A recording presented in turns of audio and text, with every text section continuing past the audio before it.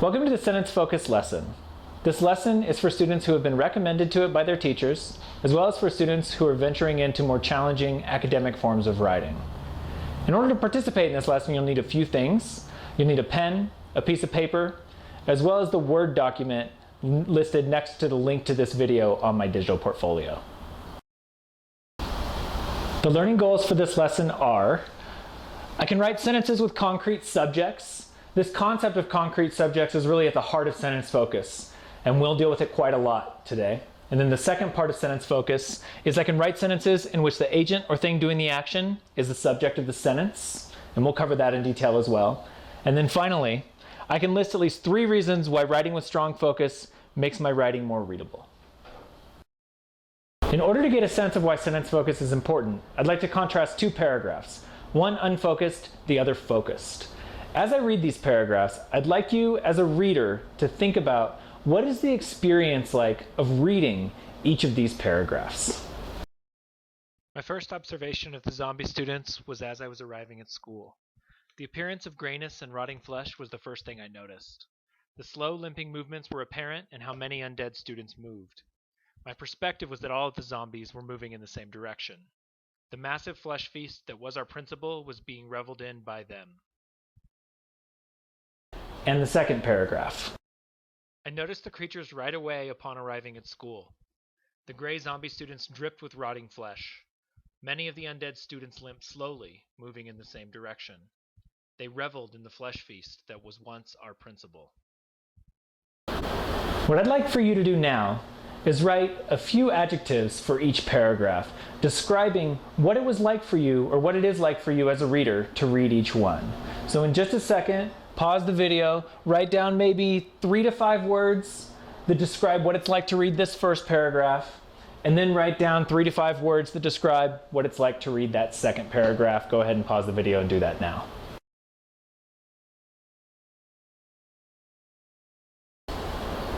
Take a look at the adjectives on the board describing each paragraph. These are adjectives that my students often give when I teach this lesson live. If your answers are different, I'd like you to take a second and just think about how or why many students might give these answers for these paragraphs. And so many students say the first paragraph is wordy, long, hard to follow, it feels a little bit disorganized. Many students say the second paragraph is clear, straightforward, focused, and it reads as active. On a quick side note, sometimes students who seem to prefer the first paragraph seem to prefer it because it sounds more academic, because it sounds more intellectual, maybe because it's more challenging. Unfortunately, this is a misperception many students have when they come into academic writing, and that is that strong academic writing is difficult to read. This is not the case at all. It's very possible to write clear, concise, focused writing that deals with difficult, challenging, deep concepts. Unfortunately, many academic writers don't know the lesson of sentence focus, and we would all benefit, especially students, if they would, because their challenging ideas are not always as difficult to digest as it seems on the page. Where I'd like to go next with this is really look at what makes the difference between the first and the second paragraph. And in order to do that, what I'd like to contrast in detail are the subjects and the verbs in each paragraph. It's really the subject choice that's at the core of sentence focus. And contrasting the subjects in each paragraph is what's going to help us understand why and how we should be writing with sentence focus.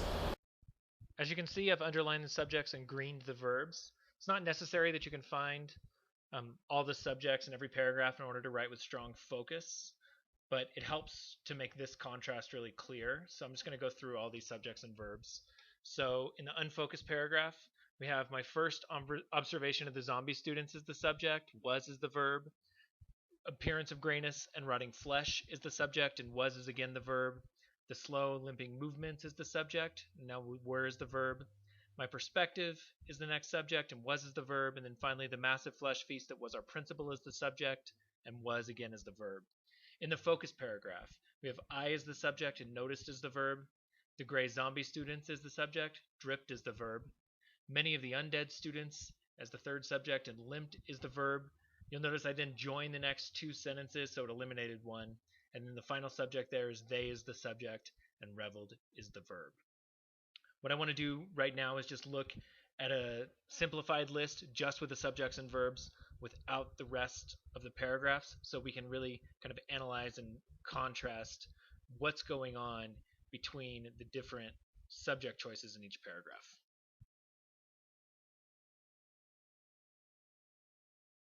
Now that we have the subjects and verbs separated out and clearly contrasted here, we can analyze in detail what types of subjects make for strong focused writing and what types of subjects make for, as we said before, unorganized, difficult to follow writing.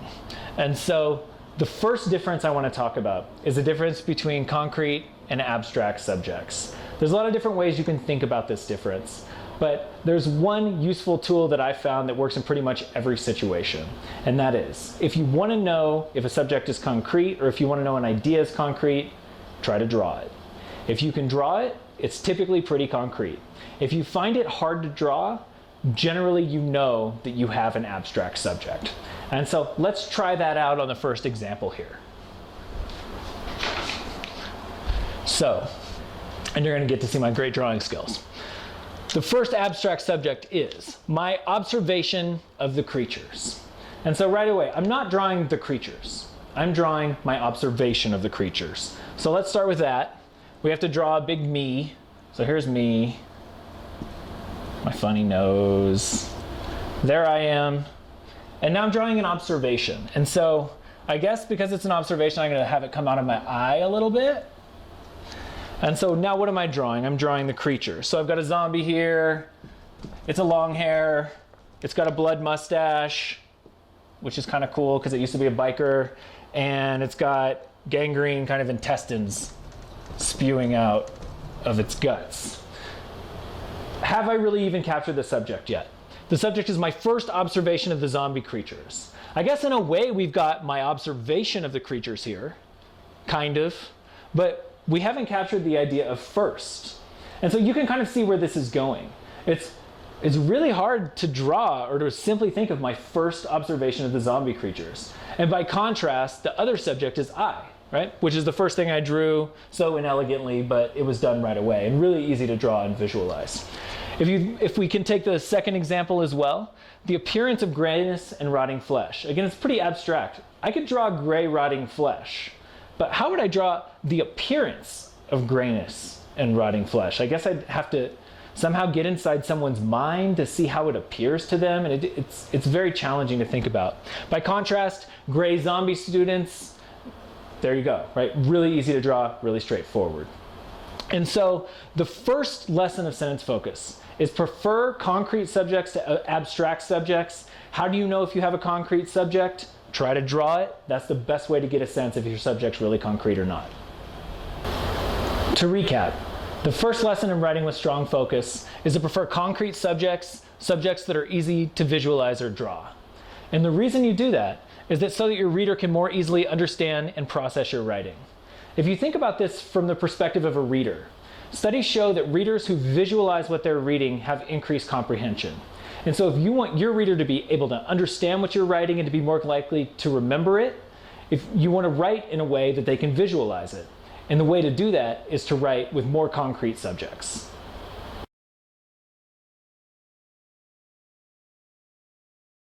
The second principle of strong focus is to always prefer the agents or the doers in your sentence as the subjects over the passive elements or the things that are being done to in your sentences.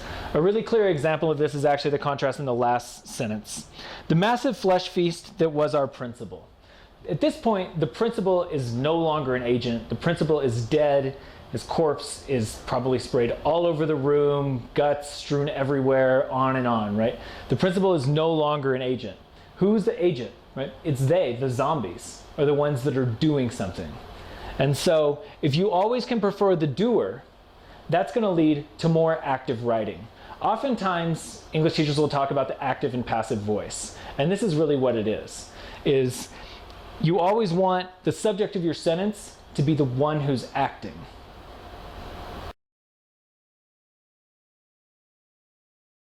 An additional effect of writing with a concrete agent as the subject of your sentences is that your writing will often appear more organized or read in a more organized way. And so let's take a look at these and see how that works. If you look at the subjects in the unfocused paragraph that we said, or that many students say, is unorganized.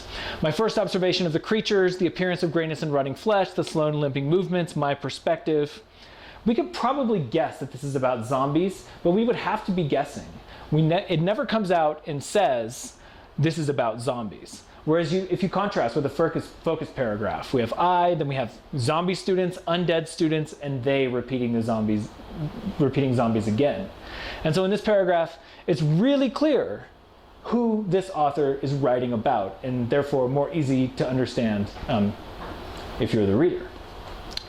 This may not seem like such a big deal when we're having fun with these zombie sentences, but when you're dealing with some challenging academic content, it actually becomes a huge deal. And so if you think about using agents as the subject of your sentences, it's great because it helps you organize more challenging, difficult academic content. To recap that second point, choose the agents, the doers, as the subject of your sentences to add action to your writing and to keep your writing more organized. We've covered the two principles of writing with strong focus. Choose concrete subjects and choose the agents. But there's an additional side effect of writing with strong focus that I think is worth taking a look at here. And that is what kind of verbs concrete versus abstract subjects produce. And so let's just contrast the verbs. In the first paragraph, in the unfocused paragraph, we have was, were, was, and was, all derivatives of to be. The reason for that is it's very hard for an abstract idea to do anything. All it can really do is just sit around and be there. By contrast, concrete subjects, I, gray zombies, those lead to more active verbs. They can notice, they can drip, they can limp, they can revel, they can do all sorts of things. And so a great byproduct of learning to write with strong focus is that your writing is going to be more action-oriented right away. So to recap, the how and why to write with sentence focus. Let's just start with the how. First, you want to prefer concrete subjects that are easy to visualize or draw. Second, you want to choose the agents. The doers is the subjects of your sentences. And the why. Why should we do these two things? Well, first, readers can more easily understand and process what you're writing. Second, your writing will have more action and it'll be more organized. And then finally, it'll be more active again and more interesting with those active verbs. Now that we've covered the how and the why to write with sentence focus, I want to do a couple of practice sentences in this video before you go on to the practice exercises on my digital portfolio. So, the first thing I actually want to say is if you feel pretty strong with sentence focus and take a look at these sentences, if you feel like you can focus them on your own, then go ahead, you can just pause this movie where it's at right now, fast forward to the end to check your answers with mine, see that they're pretty similar, and then you can go on to the next exercises. But if you'd like a little more work, I'll cover that right now. And so if you take a look at the first two sentences, let's take a look at the first sentence by itself. The final groan of the zombie pack. Again, we have a pretty abstract subject here. There's no agent doing it, and it's a bit abstract. It's kind of hard to visualize. I mean, you could imagine what a groan sounds like, but again, it's a final groan. So the question is, who's doing the groaning? That should give you a really easy key to think about how to refocus the sentence. And then we've got a very simple to be verb there. Think about giving a more active verb, and there might be some potential of one of these words in this sentence to be that active verb.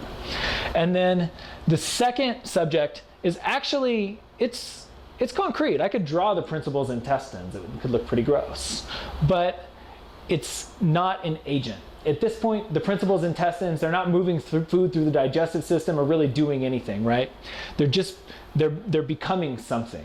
And so because it's not an agent, because this is something that's been done to, you want to think about, well, who's doing what to these intestines? And then you'll have your clue for what the subject of the second sentence could be.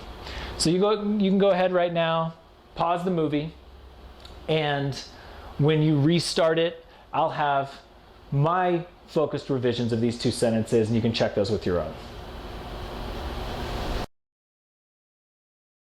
If you take a look at my revision sentences, you'll see that for both sentences, I've revised for the same agent.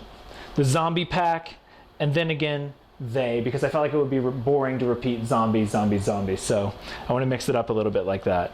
But you see we have much more focused agents, and then both of our verbs are more active. So instead of was, we have grown, and instead of became, very classic, it's kind of passive, it's not doing anything, to made, which is almost the epitome of doing things. Again, this seems pretty simple when you're doing it on zombies, but I gotta stress this lesson will transfer so well to difficult academic writing. I just like to keep these sentences pretty simple to teach the lessons. So the next thing to do is download the first exercises off of my digital portfolio. Try to do them. See how well you're internalizing these concepts, and then show them to me or show them to your teacher in order to check to see if you're really getting this. You can go on to exercises 2 and 3 and become a real master of sentence focus in your own writing. I hope you enjoyed this. I hope you got something out of it. Thanks.